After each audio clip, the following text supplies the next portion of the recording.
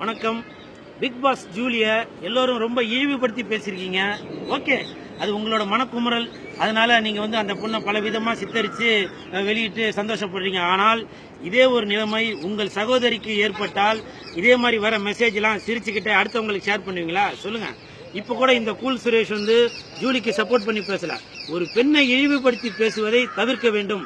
அதுக்கு முற்றுப்புள்ளி வைக்கிறதுக்காக தான் நான் பேசிட்டு இருக்கேன்.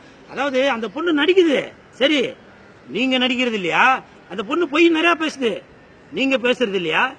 முதல்ல நீங்க எப்படி முன்னுக்கு வரணும்?